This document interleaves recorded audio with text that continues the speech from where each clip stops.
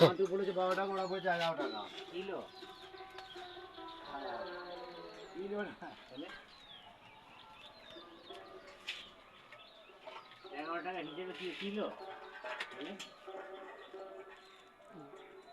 11 টাকা হচ্ছে তোমার ওই 11 টাকা না তো 52 মানে 52 টাকা কেজি। মান্টু দিয়েছে 52 টাকা কেজি, আর ওরা দিয়েছে 11 টাকা কেজি। 51 টাকা 11 টাকা। 11 টাকা ওটা শর্টে বলে 11 টাকা, আমার শর্টে বলি বলে এরকম হয়ে যায়। শর্টে বলি বলে